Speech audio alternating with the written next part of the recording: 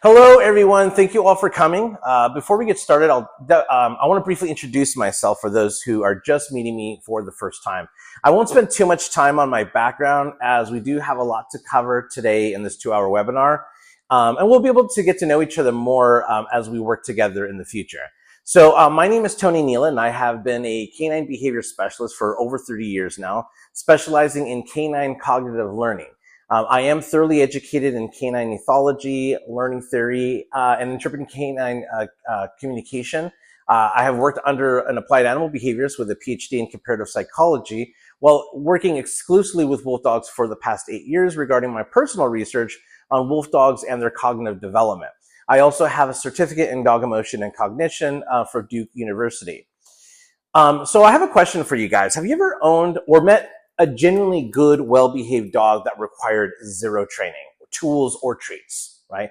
And when you ask the owner how they train their dog, the common answer you'll usually hear is, I've never trained my dog. He's just always been that way. As a puppy, he's an old soul, so to speak. Well, what if I told you that this isn't an anomaly?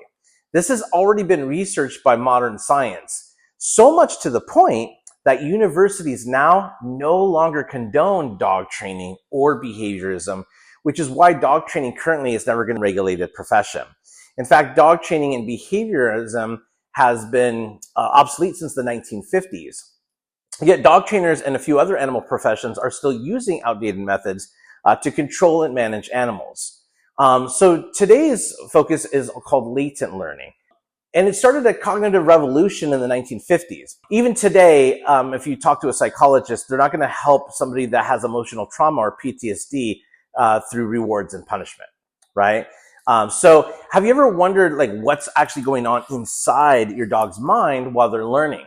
Now, many training methods today still focus on an old idea called behaviorism, where dogs are trained through rewards or punishment.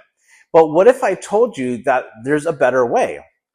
And today we're going to dive into the fascinating world of cognitive learning. And we'll see how scientist named Edward Tolman changed the way we understand learning, not just for humans, but for animals too. And guess what? His discoveries can help us train our puppies much better. So let's get started. What is cognitive learning? Before we jump into Tolman's famous rat experiment, let's break down what cognitive learning actually is. So cognitive learning is when we gain knowledge by thinking, problem solving, creating mental connections, right? Unlike traditional training methods that rely on rewards and punishment, cognitive learning shows that animals and people process information from memories and even predict future events. For example, have you ever noticed that your puppy figure out a new space? Or maybe they explore a room and find a back door and later remember how to quickly get there, right? So that's cognitive learning in action. But early psychologists didn't always believe that animals can even think this way. They used to believe animals only learn through cause and effect, trial and error, like a treat for sitting or scolding for chewing on shoes. And this was called behaviorism. This is what dog trainers use today. And for a long time, it was the main theory in psychology. Now let's go into Edward Tolman's rat maze. In the early 1900s, behaviorists like B.F. Skinner and John Watson believed that animals only learn through trial and error, meaning that they only repeated actions if they were rewarded, which is why dog trainers use it. But Edward Tolman challenged this idea with a groundbreaking experiment in the 1930s. Tolman tested 3 groups of rats in a maze. Here's where it gets absolutely amazing. So group 1, which is the control group, got a reward. These rats were given food at the end of the maze every time they reached it. And as expected, they quickly learned to find the food and got faster over time. And that's the whole power of positive reinforcement. That's why dog trainers use it today. Group 2 got no rewards. This group was allowed to wander the maze with no food at the end. And since there was no reward, behaviorists thought, well, they just won't learn the maze at all. And then we get into group 3, which received a delayed reward on the 11th day. At first, these rats weren't given food, just like group 2, but after 10 days, Tolman placed food at the end of the maze, and then what happened next was absolutely mind-blowing. Even though they had never been rewarded before, they suddenly found their way through the maze just as quickly as the first group, actually better performing than the first group. And this meant that they had been learning the maze the whole time, even without food as a reward, without anybody ever realizing it. So Tolman called this latent learning, meaning that learning happens even when we don't see immediate results. The rats had built a mental map of the maze in their brains, proving that they weren't just responding to rewards, they were critically thinking. And this is where the shift from behaviorism to cognitive science takes place in the 1950s. So Tolman's research helped spark the cognitive revolution, a movement in psychology that shifted from focusing on rewards and punishments to understanding how the mind actually works. And scientists began to see the brain like a computer, taking in information, storing it, and using it to make decisions. And this was a new way of thinking that opened the door to more advanced studies in learning, memory, even understanding animal intelligence. Now let's talk about why this matters for training our dogs. Now most professional dog trainers still use operant conditioning, meaning that they rely on rewards, positive reinforcement, or corrections, negative reinforcement to shape an animal's behavior. And while reward-based training is effective, it doesn't fully engage your dog's cognitive abilities. There's limitations of behaviorist training in dogs, and there's an over-reliance on treats. Dogs can become dependent on food rewards and may stop responding when they don't get the treat anymore. It also has a lack of problem-solving opportunities for dogs. A dog trained only with rewards and punishment might struggle when faced with new challenges that actually requires critical thinking. It also can cause emotional stress. If training ignores a dog's cognitive and emotional state, it can cause stress and frustration. And just like how animals in entertainment industries like circus elephants or SeaWorld orcas show signs of mental distress when their cognitive needs aren't being met in that kind of environment. So let's talk about cognitive-based training, which is a smarter way to train dogs. Instead of just rewarding and correcting, we should encourage our dogs to think, problem solve, and learn in a way that is natural to them. Here's how you can train your puppy using cognitive learning principles. For example, you can encourage more exploration. You can let your puppy explore and learn from their environment, just like in Tolman's rat maze when he was doing the research study. You can use problem-solving games, puzzles, scent games, obstacle courses that challenge your puppy's mind. And you can also teach through observation. Dogs learn by watching, so show them behaviors instead of just commanding them, which give them time to process. If your dog doesn't respond right, don't rush them. They might be forming a mental map as you're trying to force them into a decision-making process. So this is a more humane future way of training an animal. Edward Tolman's research changed the way we understand learning, not just for humans, but for animals too. So instead of treating dogs like simple creatures that respond only to rewards, we now know that they're capable of much more, thinking, planning, and understanding their world in much deeper ways. So as dog trainers and pet parents, we should embrace cognitive science to train smarter, not harder, and helping our dogs grow in confidence, creativity, and understanding. So let's start. Let's start with the training more brain and less bribe. Now, before we get into cognitive development and latent learning, I need to first remind you that cognitive learning has absolutely nothing to do with training. So we don't have to train our puppies. It's not about how to fix your puppy or how to train them. In fact, it has more to do with what not to do or how to stop doing what you're doing that's causing behavior problems to begin with. So by avoiding what we call twin behaviors. The definition of a twin behavior is an indirect behavior that's creating problem behaviors while the owner is unaware that they're nurturing future or current behavioral issues. So let's watch a video on what twin behaviors are and what not to do when raising a puppy during their cognitive development phases, which is when your guys are going to first have your puppies.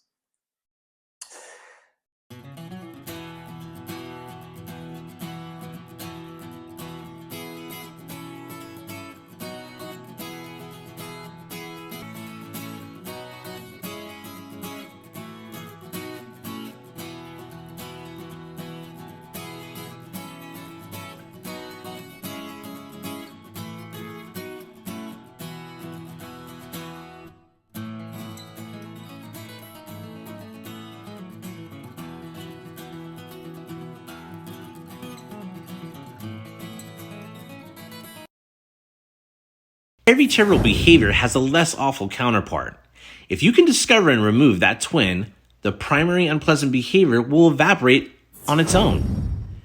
You never ever put a dog in a situation where it will be provoked, not until it has demonstrated to you that it has the ability to think deeply and be self-aware. I don't take a dog anywhere as long as it's reactive. Each dog's actions are linked in some way. Consider a chain with 10 links. The corroded and discolored last link on the chain represents the faulty link, behavioral issue. As a behaviorist, your duty is to figure out where the behavioral issue originates. You're in search of the underlying behavioral problem, the twin behavior, not the problem itself. If you're only focusing on the offending behavior itself, the link you're trying to train away will put you in a risk of causing conflict or agitating the behavior even more. Frequently, every behavioral issue has a twin behavior that the dog owner loves, nurtures, and enjoys. And the bad behavior expands as the owner supports the less annoying twin behavior. Example of a twin behavior. Pay close attention to the dog's environment as well as how the owners interact with their pet while looking for twin behaviors. Keep a watch out for these two tendencies so you can monitor twin behavior patterns. Before we get started on how to use latent learning with your canine, I first want to go over why food is not used in latent learning. No matter how a puppy misbehaves or how upset the mother gets with her litter, she will never stop feeding them or withhold food for a lack of following a command. The puppies always eat before retiring to bed. She also doesn't provide food to encourage good behavior. Education is education, just as eating is eating. A canine mother knows best how to control and manage her litter with absolutely zero training. In regards to food, your puppy is firmly held by the smells because they fill both their senses and nostrils.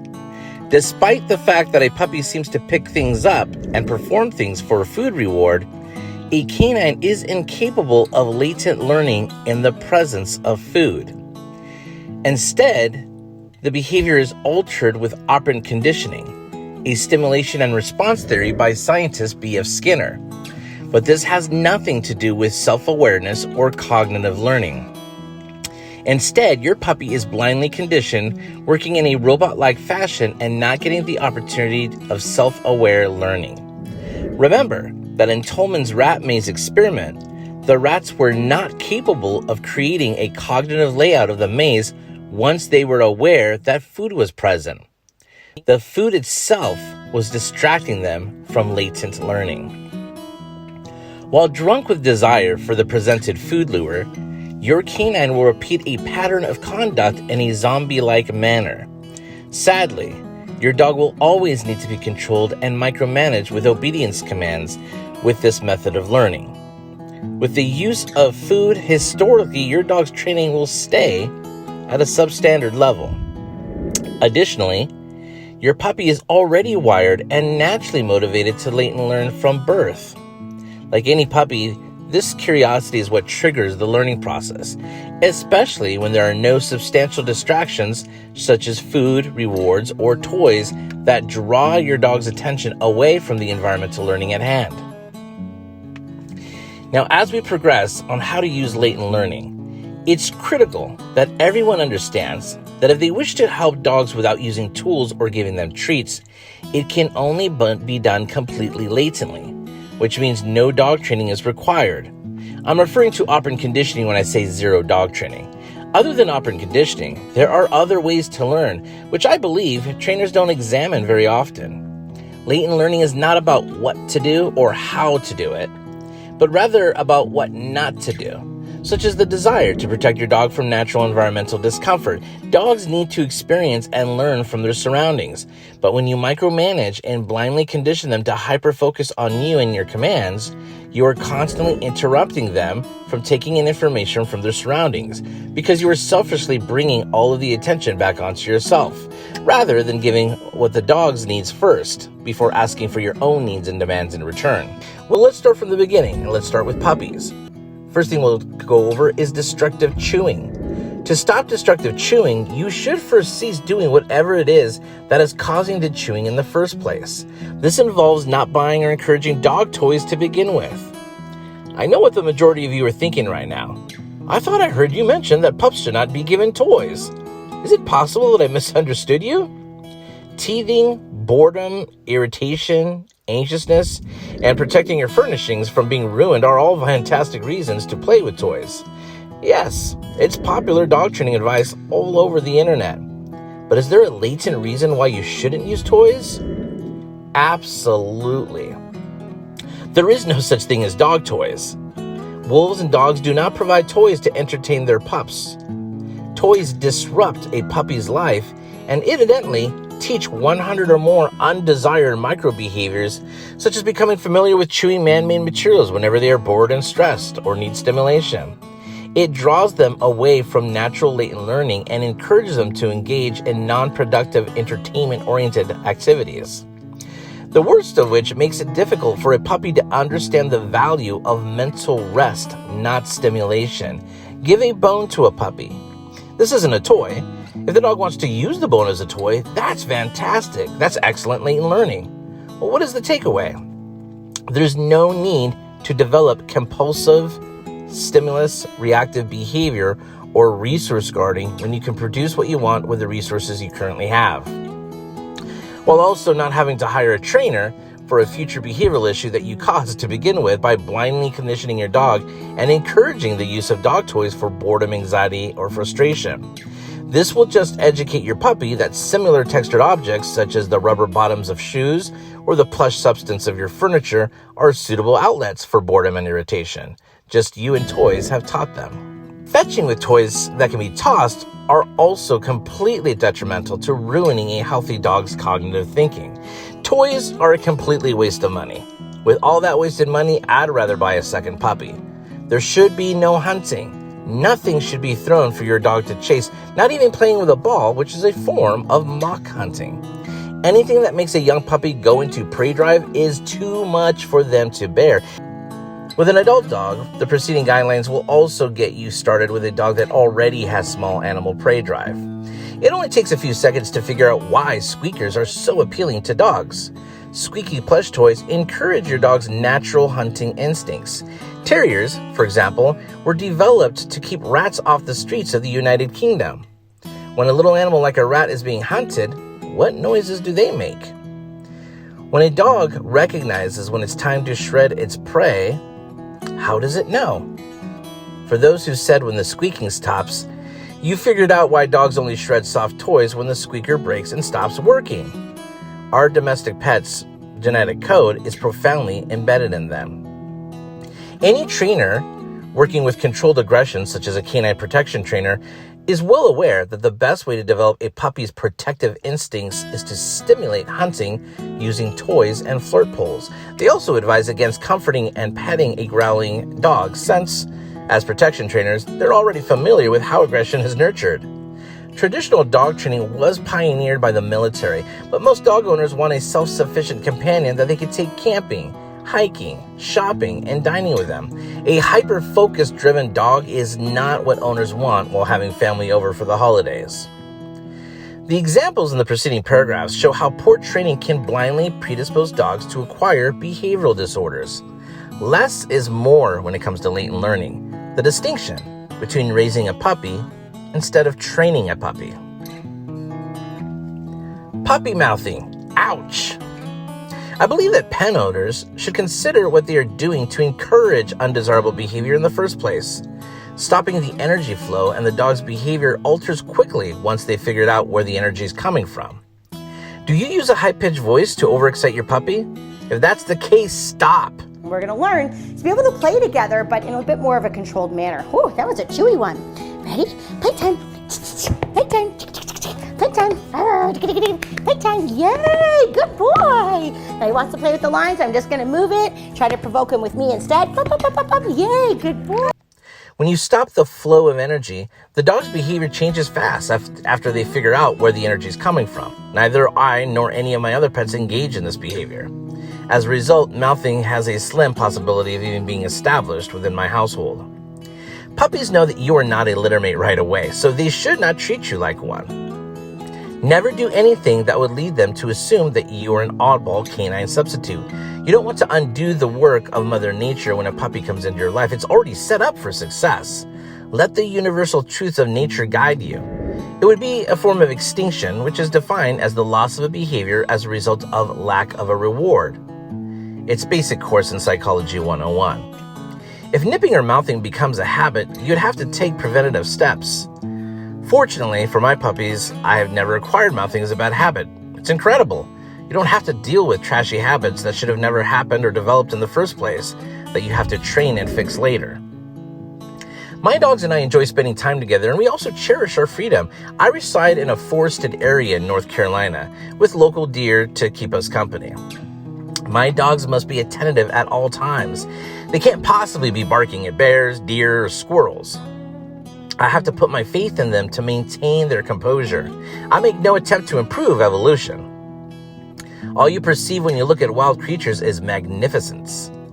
Then, we as humans come into the possession of them, and then all we perceive are problems.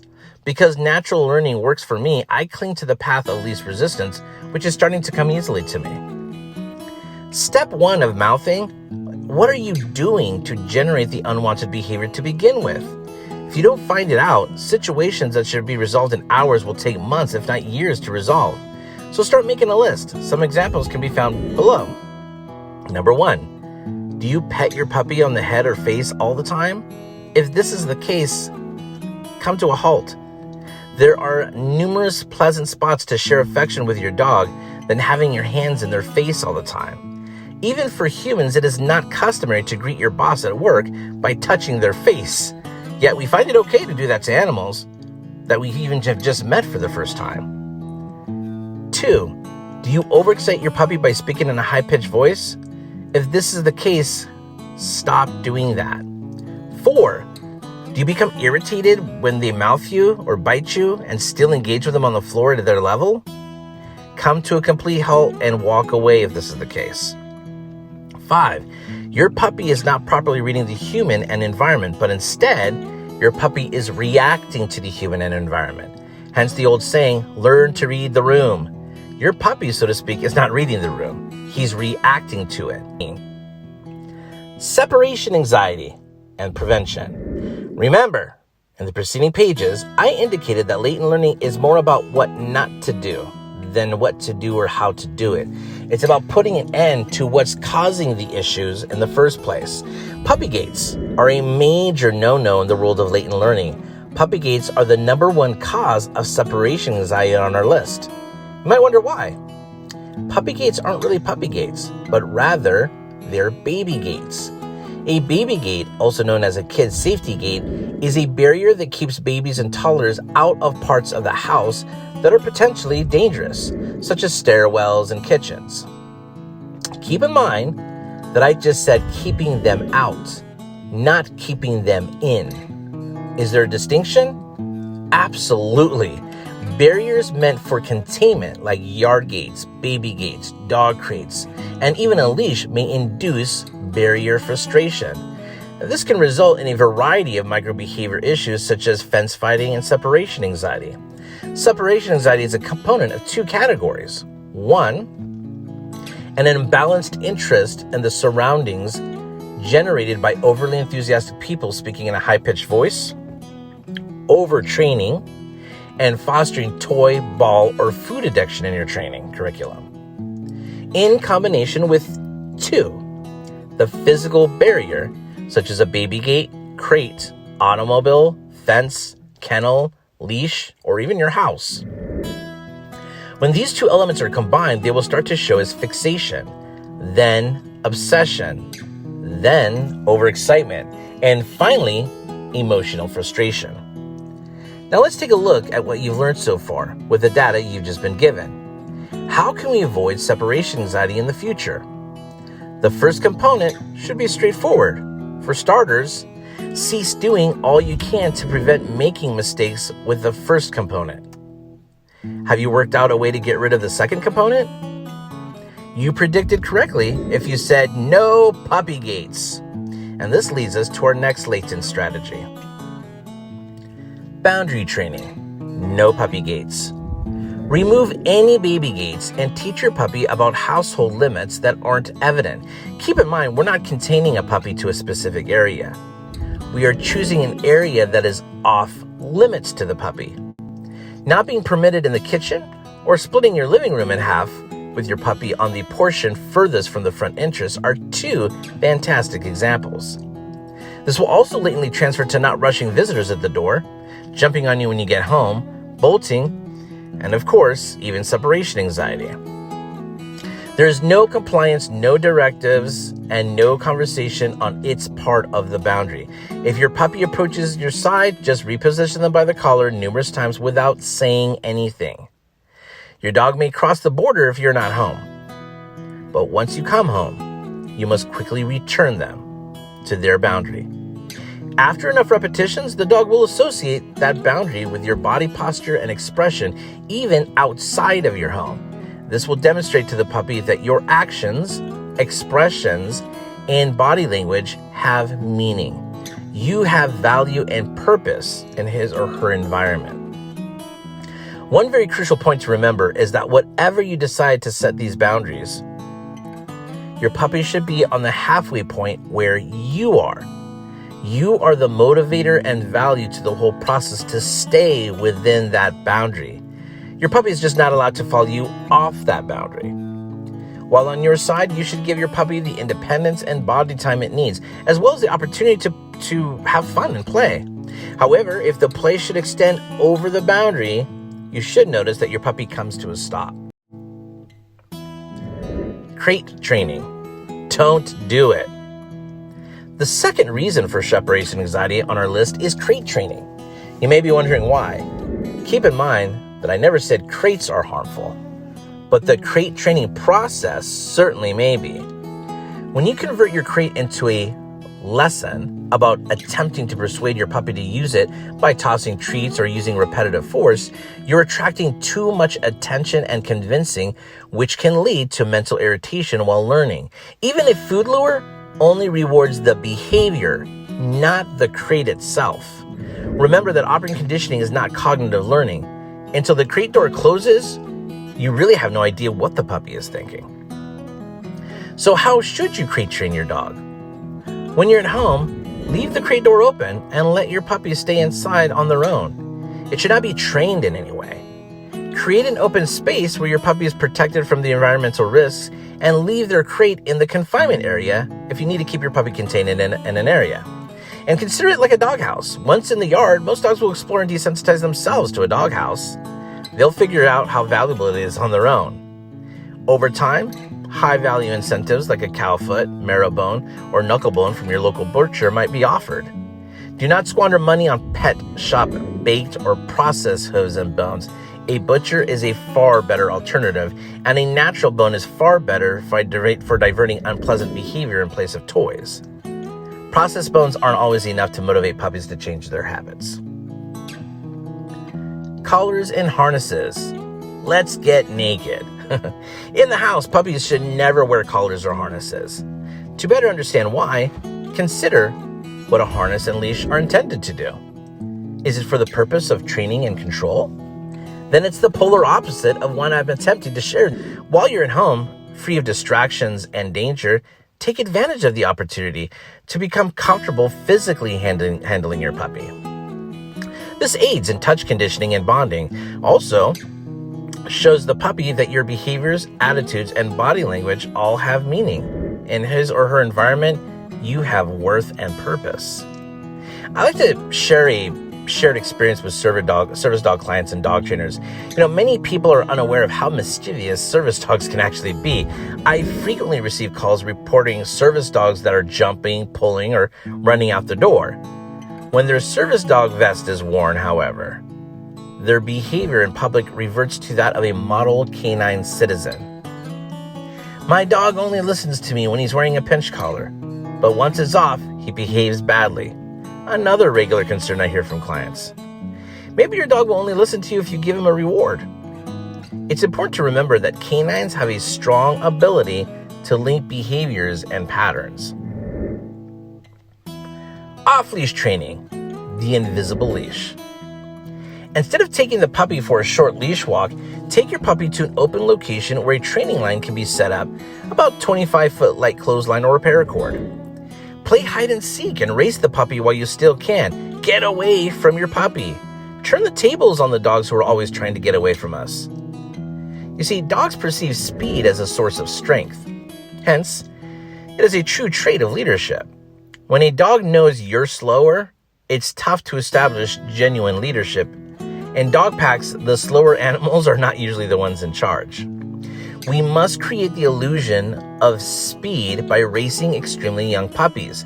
They'll never forget how quick we are, despite the fact that they were slow at the time. Unfortunately, we teach dogs that people are slow in a variety of ways, and then we lose value to the dog as a result. Introducing dogs. When introducing a new dog, it's better to keep them completely apart at first, allowing them to gently introduce themselves latently, and then they'll naturally grow linked over time. The idea is to spend no time in the home allowing them to form any type of pack structure. The idea is to avoid having a gang of dogs. The idea is to create a community of autonomous thinkers who can work together or independently. You don't want a dog pack, you want a dog family. For this reason, when people first bring a puppy home, I generally say, keep the puppy with you for 2 to 3 weeks without meeting your existing dog. And don't isolate the puppy because the pack eats together and sleeps together. If you isolate the puppy immediately after it's left its litter, it will feel the sense of loss of its pack. It will howl, it will cry, it will get frustrated for safety reasons. But the fact that you won't let it sleep with you or in your room simply tells the puppy that you are not part of our pack. Orcas and dolphins are some of the most intelligent creatures on this earth, and wildlife biologists see remarkable decision-making and problem-solving skills all the time. Most people are absolutely unaware as to the capabilities and cognitive abilities of wild animals, abilities that our common pets just don't have. As a result, our pets need to be micromanaged and controlled through obedience commands and constant supervision, in denial that their own training system still never promote an animal being fully capable of making their own sound decisions without human direction. They are so willing just to accept defeat or make excuses. As so many of you have probably observed, most homeless people have off-leash dogs that have required zero training to learn how to function and be a calm member of society. So why is this anomaly taking place? And what can wolf dogs and observable behavior teach us about our own pets? Therefore, our pets do not even know how to cross the street or how to self-police, not knowing how their energy affects those around them. Once you're able to understand this latent form of learning and how it applies to everything your dog experiences from puppyhood to adult, it becomes painfully obvious that we should have never gotten in the habit of training our dogs to begin with. As a parent of a child, it is not your job to train children. It is your job to raise your children so they can make proper decisions for themselves when they leave the nest.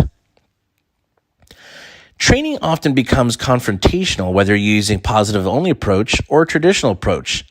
Learning can be stressful despite your style or method. But natural latent learning will dissolve your dog's dependency on constantly needing your direction just to be a well-behaved dog. Before I go any further, let me state unequivocally that I am not anti-dog training. Zoos, service dog work in terms of task training, and canine protection training all benefit from operant conditioning. However, we can develop a dog's cognitive learning function in addition to what we're already doing with them. You'll see a whole new thinking animal in front of you that you didn't realize was there, one with whom you can have a deeper relationship.